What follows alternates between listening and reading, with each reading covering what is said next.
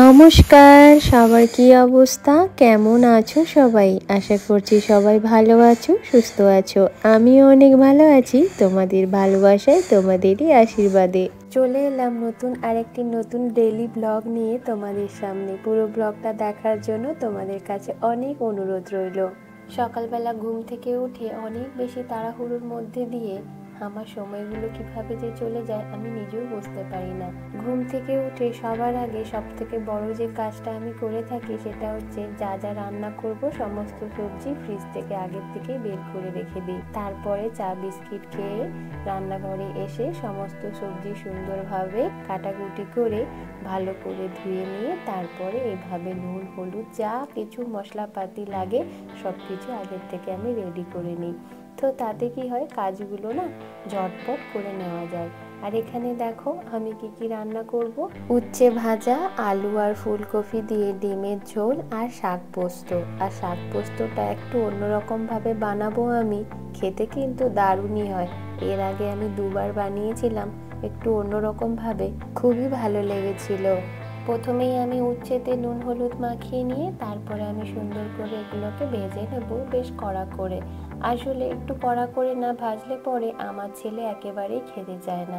আর যেহেতু ও নতুন নতুন উচ্ছে ভাজা খেতে শিখেছে, খেতেও দেখছি বেশ ভালোবাসছে। আর আমরাও যেহেতু উচ্ছে ভাজাটা খেতে ভালোবাসি, তার সাথে যদি আলু থাকে আরও ভালো হয়, কিন্তু আজকে আলুটা দিলাম না। তাই সপ্তাহে 2 থেকে 3 দিন এই উচ্ছে ভাজাটা আমরা কিন্তু আমাদের খাবারের পাতে রেখেই থাকি। আর একটা বার্নারে আমি আর একটা কড়াই বসিয়ে দিই, যাতে করে ঝটপট করে সমস্ত রান্নাগুলো তাড়াতাড়ি কমপ্লিট করতে পারি। আর এক পাশে কড়াই গরম হতে অল্প করে তেল দিয়ে আলু আর ফুলকপিগুলো ভাজতে বসিয়ে দিয়েছি। আর এদিকে উচ্ছে ভাজাগুলো হয়ে গেছে, ওগুলোকে তুলে নিচ্ছি। আর যেহেতু আমি আজকে দুপুরে কি রান্না করছি সমস্ত মেনু তোমাদের সাথে শেয়ার করব, সেই কারণে একটু তো তাড়াহুড়ো থাকবেই, তাই না? আর তার আগে কি করছিলাম, আলু আর ফুলকপিগুলো ভাজতেই পেঁয়াজগুলো ছোট ছোট করে কুচি করে রাখছিলাম, যাতে করে আলু আর ফুলকপি দিয়ে ডিমের ঝোলটা রান্না করতে সুবিধে হয়। আর এক পাশে আলু আর ফুলকপিগুলো সুন্দরভাবে ভাজা হয়ে গেছে, ওগুলোকেও তুলে নিলাম। আর একদিকে লোহার কড়াইটাও গরম হয়ে গেছে, ওর মধ্যে অল্প করে তেল, শুকনো লঙ্কা ফোড়ন দিলাম আর একটু পেঁয়াজ দিয়ে দিলাম।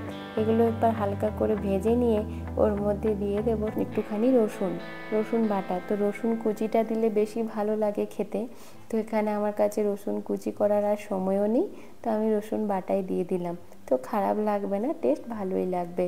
তো রসুন বাটাটা দিয়ে দেওয়ার পরে একটুখানি ভালো করে ভেজে নিয়ে ওর মধ্যে সমস্ত শাকগুলো দিয়ে দিলাম।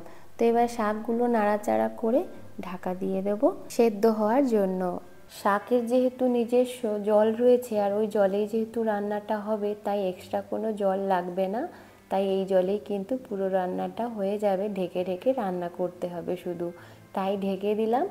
ওইদিকে শাকের জল মজতে আমি এইদিকে চিংড়ি মাছগুলো সুন্দরভাবে ছাড়িয়ে নিয়েছি। তারপরে নুন হলুদ দিয়ে ভালো করে মিশিয়ে কিছুক্ষণ রেখে দেবো, তারপরে ওগুলোকে ভেজেও নেব। আর একদিকে ইলেকট্রিক কেটলির মধ্যে বসিয়ে দিয়েছি ডিম সেদ্ধ। ওগুলো সেদ্ধ হয়ে গেলে খোসা ছাড়িয়ে ভেজে নেব। তারপর শেষের দিকে চিংড়ি মাছগুলোকে ভেজে এই ভাজাভাজির পর্বটা চুকিয়ে উঠতে পারবো।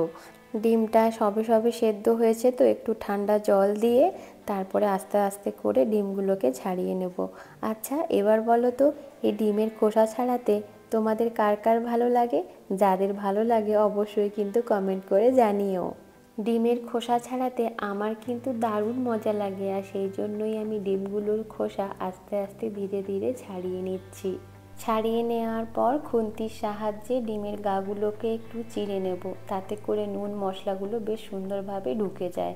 এরপরে দেখো সমস্ত কাজগুলোকে আস্তে আস্তে করে কমপ্লিট করে নিয়ে তারপর চলে এলাম আবার ওই কড়াইটাতে অল্প করে তেল দিয়ে ডিমগুলোকে আস্তে আস্তে ভালোভাবে ভেজে নেব।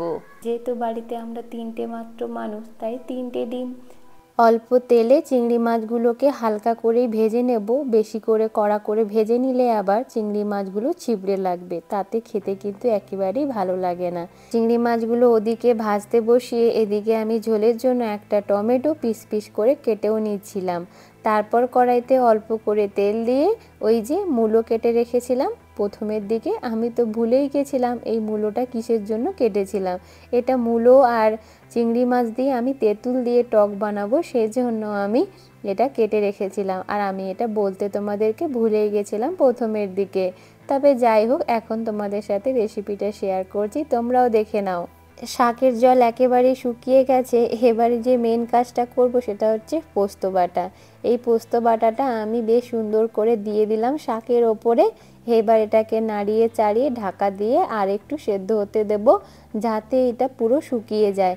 আর একেবারেই শুকিয়ে গেলে পরে কাঁচা সর্ষের তেল দিয়ে নামিয়ে নেব। তার আগে অবশ্যই কিন্তু নুনটা টেস্ট করে নিও।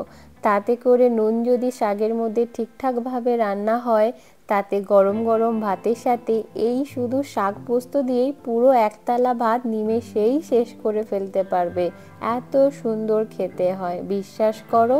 এদিকে মূলোগুলো হালকা করে একদম ভেজে তুলে নিয়েছি। মূলোগুলো বেশি ভাজা যাবে না, হালকা শুধু তেলে অল্প করে ভেজে নিলেই হবে।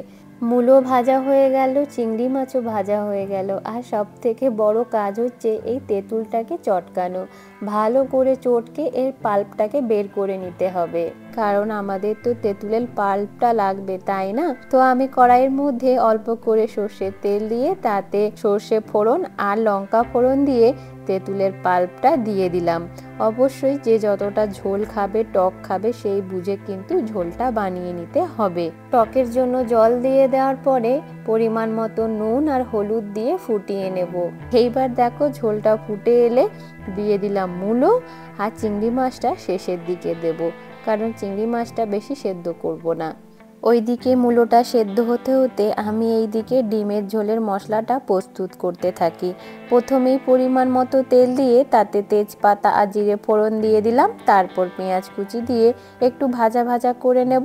তারপর অল্প করে আদা বাটা আর নুন দিয়ে টমেটোটাও দিয়ে দেব, যাতে করে সমস্ত মশলা ভালোভাবে গলে যায়। এরপর হলুদ গুঁড়ো আর লঙ্কা গুঁড়ো দিয়ে অল্প জল দিয়ে আবারও কষিয়ে নেব। আগের থেকে ভেজে রাখা আলু আর ফুলকপিটা দিয়ে দেব। এরপর ওপর থেকে তেল ছেড়ে দিলে পরিমাণ মতো জল দিয়ে দেব সেদ্ধ করার জন্য। পরিমাণ মতো ঝোল রেখে দেওয়ার পর সবার শেষে যে কাজটা আমি করে থাকি সেটা হচ্ছে জিরে গুঁড়ো দিয়ে দিই। যেহেতু আমি মশলা কষানোর সময় কোনো রকম গুঁড়ো মশলা ব্যবহার করি না, সেই জন্য লাস্টে ঝোল যখন ফুটে উঠবে তার আগের মুহূর্তে আমি জিরে গুঁড়োটা ব্যবহার করে থাকি। তাতে কিন্তু ঝোলের স্বাদ দ্বিগুণ হয়ে যায়, এত সুন্দর অপূর্ব খেতে লাগে। ঝোলের পরিমাণ বুঝে আমি অল্প করে আরেকটু নুন দিয়ে দিলাম। ওইদিকে আলু আর ফুলকপিটা সেদ্ধ হতে থাক। চলো এইদিকে মূলো চিংড়ির টকের অবস্থাটা কি হলো একটু দেখে আসি। টক বগিয়ে মূলো চিংড়ির টকটা যখন ফুটতে শুরু করে, তার যে ঘ্রাণ সারা ঘর গন্ধে ম করতে থাকে। আর আমি তো থাকতেই পারি না, এই গন্ধটা যখন আমার নাকে আসে তখন আমি কড়ার সামনে নিয়ে গিয়ে এর ঘ্রাণটা নিজের মধ্যে নিতে শুরু করে দিই। আমার এতটাই ভালো লাগে। আর অনেক দিন পর যেহেতু আমি টক বানাচ্ছি, নিজের মধ্যে অনেক বেশি উত্তেজনা কাজ করছে। এরপর টকটাকে একটা বাটিতে নামিয়ে নিয়ে কাঁচা সর্ষের তেল ওপর থেকে ছড়িয়ে দিয়ে ঢেকে দেব। তাতে কিন্তু খেতে টকের স্বাদটা অসাধারণ লাগবে। এভাবে বানিয়ে দেখো বাড়িতে, ভালো লাগবে।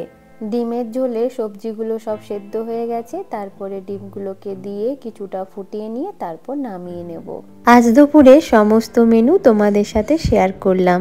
আর রেসিপিগুলো কেমন লাগলো অবশ্যই কিন্তু কমেন্ট করে জানিও। Tata, bye bye.